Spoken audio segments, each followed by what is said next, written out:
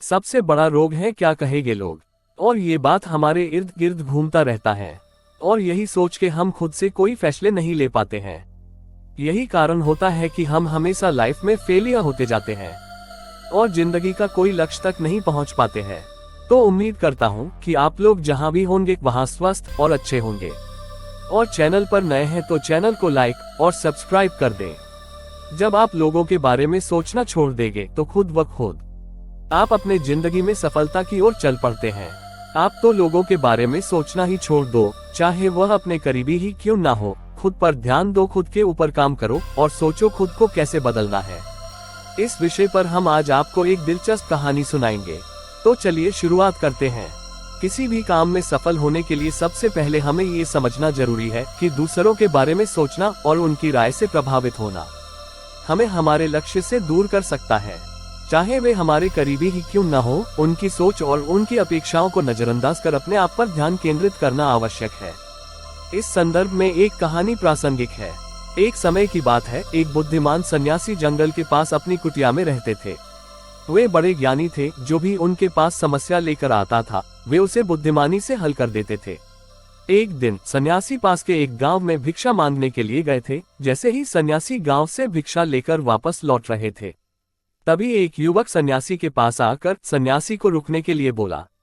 सन्यासी रुक गए। युवक कुछ देर रुकने के बाद युवक ने सन्यासी से पूछा, मैंने सुना है कि आप किसी समस्या को बहुत आसानी से सुलझा देते हैं। हालांकि मुझे तो ज्यादा विश्वास नहीं है कि आप मेरी इस जटिल समस्या को सुलझा पाएंगे, लेकिन मैंने लोगों से आपकी बुद्धिमानी के बहुत से किस्से सुने हैं। इसलिए मैं आपसे एक बात जानना चाहता हूँ कि हमें किसी भी काम में असफलता की घबराहट क्यों होती है और हम अपने किसी भी लक्ष्य को असफलता के घबराहट के बिना कैसे प्राप्त कर सकते हैं। ये प्रश्न युवक का था, क्योंकि युवक को असफलता का डर उसके मन में भटकते रहते थे। वह यही सोचता रहता था कि हम इसे कैसे दूर कर सकते हैं। युवक का प्रश्न सुनकर सन्यासी बोले, मैं तुम्हारे इस प्रश्न का उत्तर जरूर दूंगा। उसके बाद से तुम्हारी सारी घबराहट भी खत्म हो जाएगी, लेकिन उससे पहले मेरा एक काम करना होगा। युवक ने कहा, बोलिए मुनिवर। सन्यासी ने मुस्कुराते हुए बोले, तुम्हें मेरे साथ मेरी कुटिया तक चलना होगा। वह युवा लड़का उस सन्यासी की बुद्धिमत्ता को परखना चाहता था, इसीलिए वह कुटिया तक जाने के लिए तैयार हो गया। इसके बाद वह बौद्ध सन्यासी उस युवक को अपने जंगल के पास बनी कुटिया में लेकर आए। शाम हो गई थी। सन्यासी पूरे दिन भर की काम के कारण थके हुए थे, इसलिए उस रात सो गए। अगले दिन सुबह हुई तो सन्यासी ने युवक को जंगल की सैर कराने का प्रस्ताव दिया, जिसे युवक ने खुशी से स्वीकार कर लिया। जंगल में घूमते हुए सन्यासी ने एक अंधेरी गुफा की ओर इशारा किया और कहा कि चलो इसे देखते हैं। दोनों गुफा के अंदर गए और थोड़ी देर बाद सन्यासी चुपके से बाहर आकर गुफा का दरवाजा बंद कर दिए। गुफा में अंधेरा होने के कारण कुछ दिखाई नहीं दे रहा था। तभी युवक ने गुफा के भीतर से बहुत आवाज दी कि मुनिवर कहाँ है? आप कहाँ चले गए? मुझे जवाब क्यों नहीं दे रहे हैं? लेकिन बहुत देर तक कोई जवाब ना मिलने के बाद वह युवक घबरा गया और घबराकर गुफा के द्वार की तरफ भागा। जैसे ही वह गुफा की प्रवेश द्वार पर पहुंचा, वह हैरान रह गया। यहाँ तो किसी ने गुफा के द्वार को बाहर से बंद कर दिया है। अब मैं बाहर कैसे निकलूंगा? अब वह अकेले उस अंधेरी गुफा में काफी भयभीत और परेशान होने लगा। वह सोचने लगा कि कहीं उस सन्यासी ने मुझे मारने की योजना तो नहीं बनाई थी। अब वह गुफा में इधर उधर घूमकर बाहर निकलने का रास्ता ढूंढने लगा।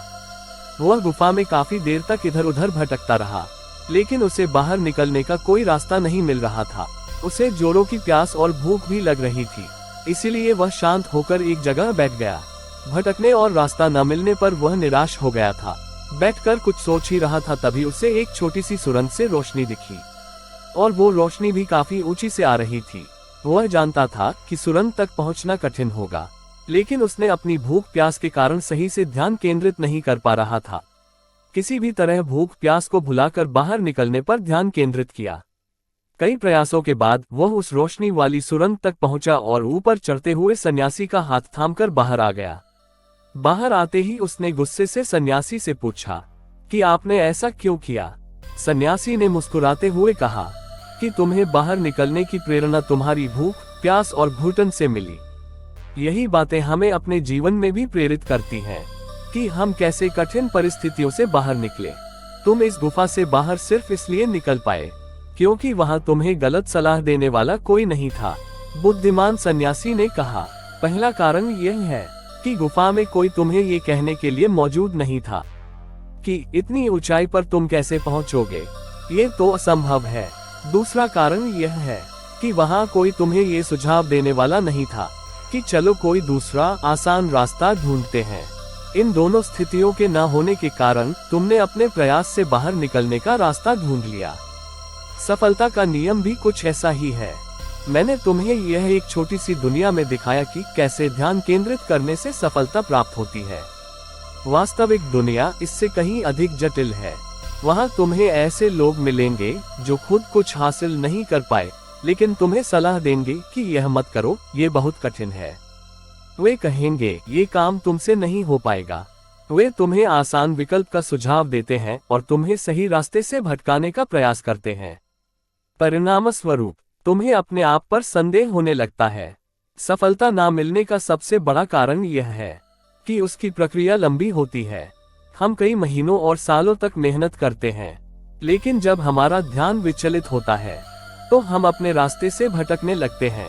और भी एक बड़ा कारण है कि सफलता की ओर बढ़ते हुए सबसे बड़ी चुनौती आत्मसंदेह की होती है। जब आपको बार बार नकारात्मक विचार और सलाह मिलते हैं, तब आपका ध्यान भटकने लगता है। आप अपनी क्षमता पर सवाल उठाने लगते हैं और हम निराश होने लगते हैं। तब हम अपने रास्ते से हटने लगते हैं और अपनी मंजिल को पाने में कठिनाई महसूस करते हैं। गौतम बुद्ध ने कहा था कि परेशानियां तब तक ही दिखती हैं जब हमारा ध्यान लक्ष्य से हट जाता है। जैसे एक तीरंदाज जब तीर चलाता है तो वह अपनी एक आंख बंद कर सिर्फ लक्ष्य पर ध्यान केंद्रित करता है, तभी वह सफल हो पाता है। इसी तरह हमें अपने लक्ष्य पर ध्यान देना चाहिए, न कि रास्ते की कठिनाइयों पर। ये जीवन के हर पहलू में लागू होता है, जहां कठिनाइयां तो होंगी, लेकिन यदि हम अपनी ऊर्जा और ध्यान केवल अपने लक्ष्य पर केंद्रित रखें तो सफल होना संभव है। तुम गुफा से इसलिए बाहर निकल पाए क्योंकि तुम्हारा ध्यान सिर्फ उस रोशनी पर था। अगर गुफा में तुम्हारा ध्यान रोशनी पर नहीं होती तो तुम वहां के गड्ढों और कीड़ों मकोड़ों से डरकर वहीं भटक जाते। यही जीवन का भी नियम है, ध्यान लक्ष्य पर केंद्रित रखो और दूसरों की बातों से विचलित मत हो जब तक कि आप सफलता प्राप्त नहीं कर लेते। अंत में ये कहानी से यही शिक्षा मिला है कि जब आपका समय आएगा और जब आप सफलता प्राप्त करेंगे, तब वही लोग जो आपको पहले हतोत्साहित कर रहे थे, आप पर हंसते थे, वही लोग आपकी प्रशंसा करेंगे और आपकी सफलता के लिए तालियां भी बजाएंगे। ये पूरी प्रक्रिया जीवन के संघर्ष और ध्यान केंद्रित करने के महत्व को दर्शाती है, जहां धैर्य, समर्पण और आत्मविश्वास सफलता के लिए अत्यावश्यक गुण माने गए हैं। इस पर युवक ने कहा, मुनिवर, आपने मेरी आंखें खोल दी। आज से मैं कभी असफलता के डर से नहीं घबराऊंगा और सिर्फ अपने काम पर ध्यान दूंगा। ये कहानी से आपको क्या शिक्षा मिला? नीचे कमेंट बॉक्स में अपना विचार विमर्श जरूर करें और आप चैनल पर नए हैं तो चैनल को लाइक और सब्सक्राइब कर बेल आइकॉन दबाएं। धन्यवाद।